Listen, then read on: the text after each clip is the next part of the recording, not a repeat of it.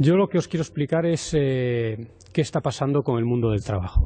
¿Qué está pasando con el mundo del trabajo en Europa? Pero más allá de Europa, ¿qué está pasando con el mundo del trabajo en general?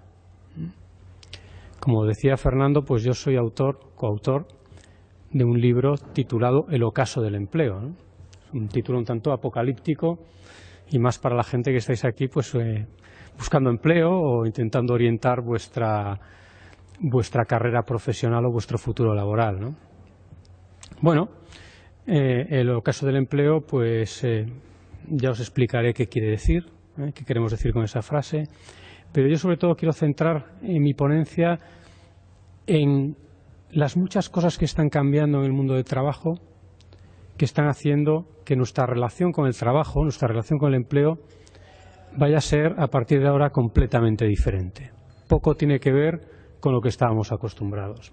Vosotros la mayoría pues sois titulados universitarios o a punto de serlo. Claro, yo me acuerdo cuando yo estudiaba en la universidad, pues los que estudiábamos en la universidad pues estudiábamos más o menos como consecuencia de una tradición familiar, lo que nos decían nuestros padres. Claro, vivíamos en un escenario diferente. Nuestros padres todavía nos podían aconsejar qué hacer. Nuestros padres conocían la realidad del mercado de empleo. Lo que pasa hoy es que el escenario ha cambiado completamente y es un cambio totalmente disruptivo, de tal forma que ni nosotros ni nuestros padres sabemos bien qué es lo que está pasando en el mundo del trabajo. Y ni nosotros ni nuestros padres sabemos muy bien cómo orientarnos en un escenario que ya no es que sea complicado, ¿no? Es que muchas veces es un escenario caótico. No entendemos por qué pasan las cosas que pasan, no le encontramos sentido a lo que sucede. Decimos que vamos a estudiar una cosa y cuando hemos acabado la carrera resulta que no hay trabajo para esa cosa que hemos estudiado, porque ha cambiado, no sé, la tecnología, por ejemplo, ¿no? Pero pueden haber cambiado otras cosas. De todo eso os voy a hablar yo esta tarde, ¿vale? Pero voy a empezar contándoos una historia, más que daros un montón de datos que también os los podría dar. Yo quiero empezar mi ponencia contándoos una historia que va de islas y que va de pájaros. Yo no sé si alguno de vosotros conocéis este ave. El pájaro. ¿Sabéis? ¿Alguien ha visto un dodo, por cierto? ¿Habéis visto un dodo alguna vez? Aquí no hay dodos, ¿no? En Canarias. ¿No? No han llegado los dodos. ¿Alguien ha visto alguno? En un zoológico. Se extinguieron. El dodo es un pájaro que ya no existe, es un ave que ya no existe. El dodo era un ave endémica de la isla de Mauricio, en el Océano Índico. La tenéis ubicada pues un poquito al norte de Madagascar, ahí en medio del océano. Y es un ave que cuando llegó a la isla de Mauricio, procedente del continente africano, no tenía para nada ese aspecto que veis aquí. Por si no lo sabéis, el dodo es de la familia de las palomas. Es un ave que cuando llegó a la isla lo hizo volando. Tenía la capacidad de volar. ¿Os imagináis este ave volando? Complicado, ¿no? Un ave que parece pesada, alas pequeñas. Complicado imaginarse a este ave haciendo la travesía desde el continente africano hasta la isla de Mauricio. Bueno, pues lo hizo porque su fisiología, su forma era completamente diferente. Y llegó a la isla. Y en la isla, ¿qué os imagináis que encontró el dodo? Encontró el paraíso. Encontró un sitio perfecto. ¿Y por qué era perfecto? No tenía competencia, había alimento en abundancia, no tenía otros animales que compitiesen por los mismos recursos. Tampoco había depredadores, no había animales que se los comieran. ¿Y qué es lo que pasó? Que el dodo se acomodó. El dodo, a base de vivir en un entorno seguro, en un entorno de abundancia, pues fue evolucionando. Un ave que anidaba en los árboles o en los acantilados dejó de hacerlo y empezó a anidar en el suelo. Un ave que tenía que darle a las alas para escapar de depredadores, pues también dejó de hacerlo. ganó peso, se le atrofiaron las alas y la vida del dodo era fantástica, una vida envidiable. Hasta que en el siglo XVII pasó algo. Hubo un cambio disruptivo. Llegó un barco lleno de holandeses y detrás de ese barco otro y otro y otro y otro. ¿Y qué es lo que pasó? Pues que en ese barco llegaron humanos.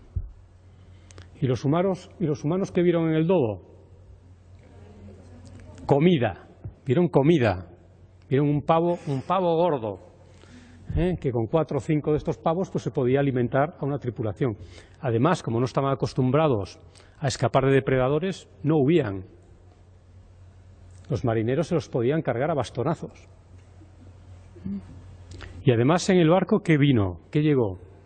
Llegaron cabras, llegaron perros, llegaron monos, llegaron animales que competían por los mismos recursos o bien que encontraban en los huevos del dodo una fuente de alimentación de primer orden. ¿Cuál fue el resultado de todo esto? En menos de un siglo el dodo desapareció de la faz de la Tierra. Bueno, pues ¿por qué os cuento esto?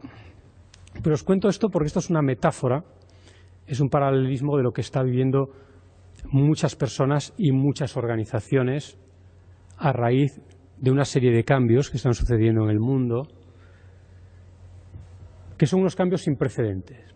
Son unos cambios, si queréis, radicales, disruptivos, que podríamos comparar perfectamente a lo que sucedió hace más de 2 siglos con la Revolución Industrial. Solo que a un ritmo muy diferente. La Revolución Industrial sucedió a lo largo de varias décadas, podríamos hablar incluso de siglos. Cuando hablamos de esta nueva revolución que estamos viviendo, llamémosle la revolución digital, llamémosle la tercera revolución industrial, todo está pasando muchísimo más rápido. Un primer mensaje que yo quería compartir con vosotros es que nuestro mundo ha cambiado. Y nuestro mundo ha cambiado no superficialmente, sino radicalmente, muy profundamente. Y a veces las personas, pues por nuestras inercias o por estar en islas de comodidad, no somos conscientes de la profundidad de todos estos cambios. Entonces, yo lo que voy a intentar ahora es compartir con vosotros una panorámica de todos estos cambios, o de los más principales, para que entre todos, o vosotros luego ya, pues cuando os vayáis, pongáis las cosas en contexto. Y todos los mensajes que habéis recibido hasta ahora de los anteriores ponentes, los podáis poner en el contexto de un entorno que ya no tiene que ver, un entorno laboral que ya no tiene nada que ver con el entorno laboral que, por ejemplo, vivieron nuestros padres. Fijaros en este mapa. Vamos a empezar ya a hablar de cosas concretas. Este mapa representa cómo se ha ido desplazando a lo largo de la historia el centro de la economía mundial. Imaginad que pudiéramos representar sobre la superficie de una esfera, el globo terráqueo, las economías del mundo y cómo esas economías han ido evolucionando a lo largo de la historia. Podríamos calcular un centro de masas. Ese centro se ha ido desplazando. En el año 1 de nuestra era, ¿dónde estaba? Pues estaba en Mesopotamia. Teníamos pues el Imperio Romano, los griegos, los persas, los chinos, con lo que el centro de la economía mundial pues se situaba ahí, en Irak, más o menos.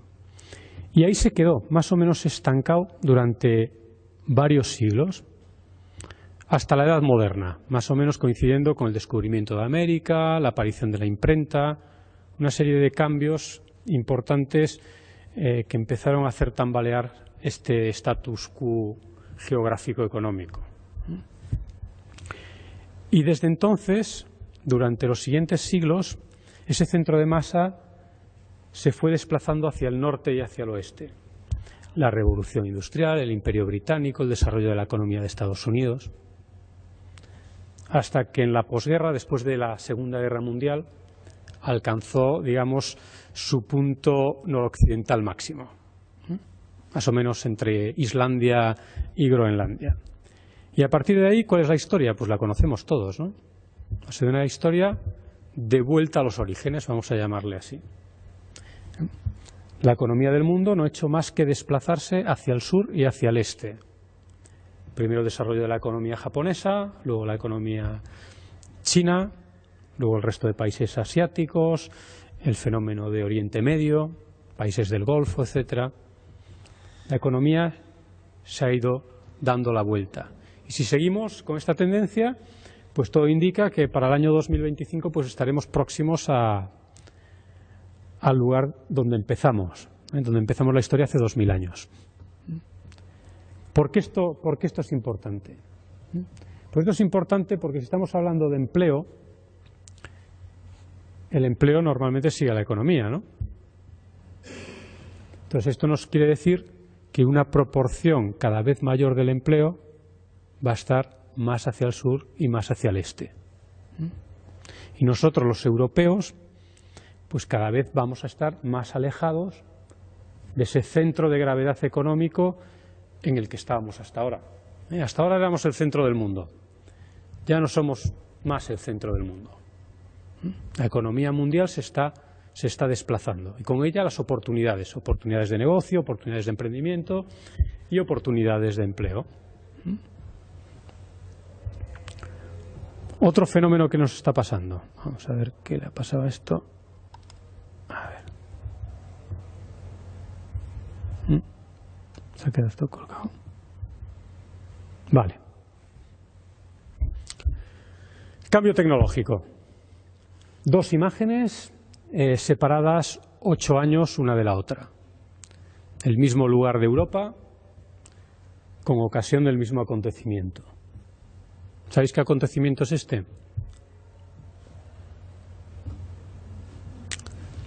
Es el nombramiento del Papa. La plaza de San Pedro en Roma, la imagen superior con ocasión del nombramiento del Papa Benedicto, la imagen inferior con ocasión del nombramiento del Papa Francisco. ¿Cuáles son las diferencias? Las 200 diferencias entre la primera y la segunda. Las pantallas. Las pantallas. Bueno, ahí había un avanzado, en la de arriba, si os fijáis en la esquina inferior derecha había un avanzado que ya estaba grabando algo, supongo que sería una BlackBerry. Pues estamos en un mundo hiperconectado. Esto es otro de los grandes cambios. La conectividad que trae consigo el avance, la innovación en el mundo de la tecnología y principalmente las tecnologías de la información y de las comunicaciones.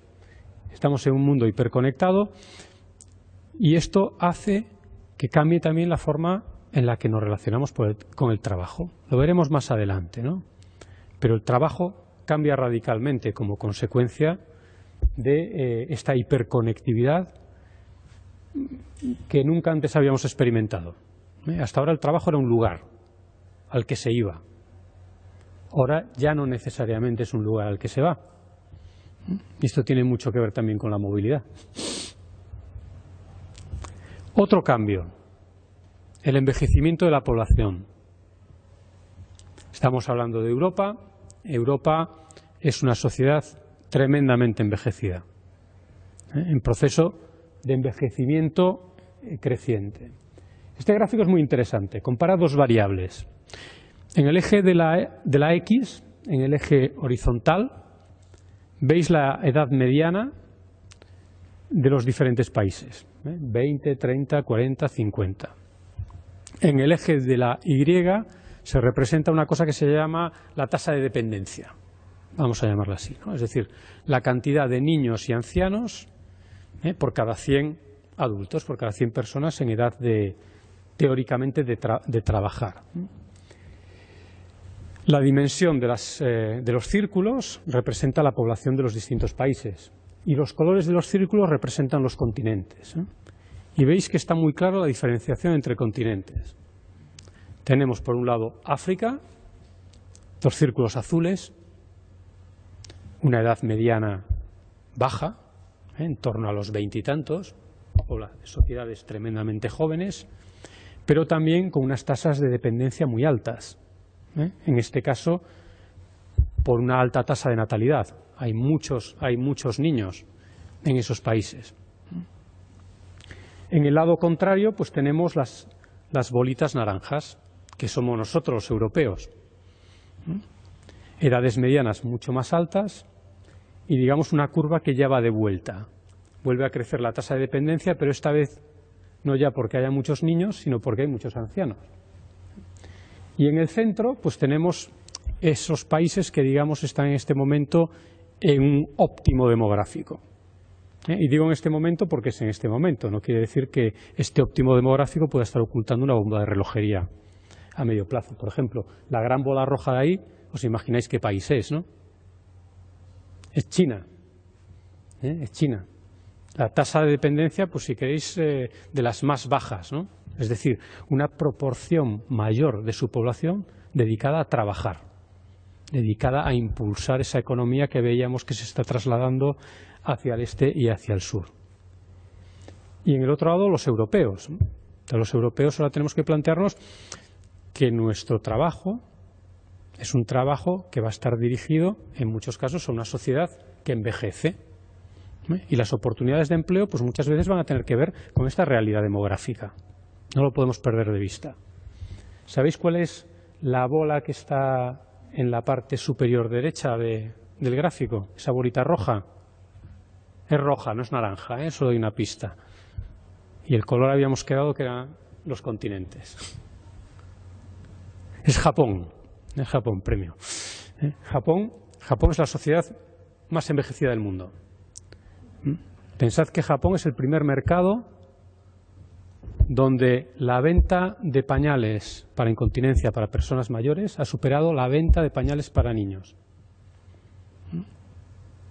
¿Nosotros seguiremos esa ruta? Sí, no.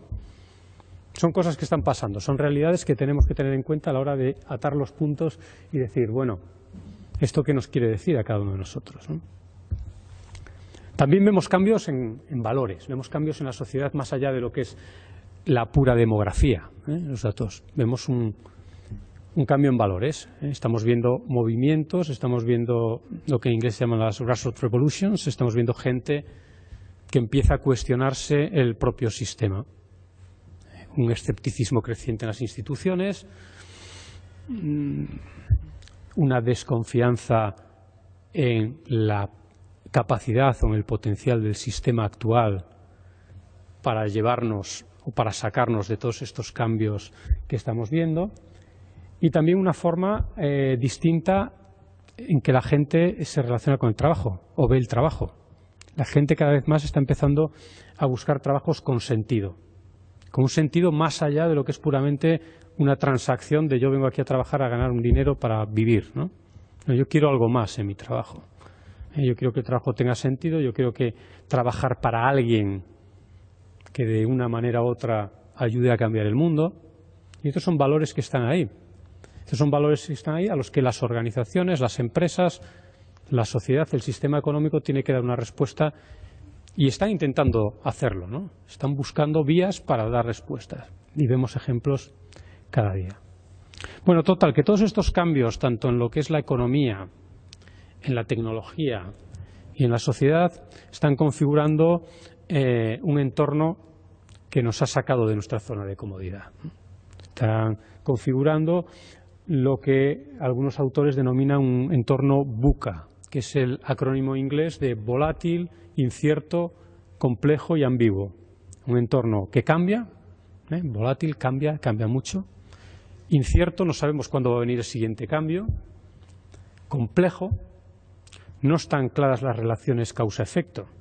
Hasta ahora las cosas podían ser más o menos complicadas, pero que sabíamos que a base de analizarlas, pues encontraríamos dónde están las causas de los problemas. Ahora está todo tan interrelacionado que es difícil saber qué es causa de qué efecto, ¿no? Y luego ambiguo, porque intentamos leer el entorno y la verdad es que muchas veces pues la sensación que tenemos es que no entendemos nada. No sabemos por qué está pasando lo que está pasando, y esto es así. Y el que no lo admita, pues bueno, puede no admitirlo, pero realmente nos pasa, incluso a los que nos dedicamos a observar el entorno, muchísimas veces decimos, bueno, ¿y esto por qué es, ¿no?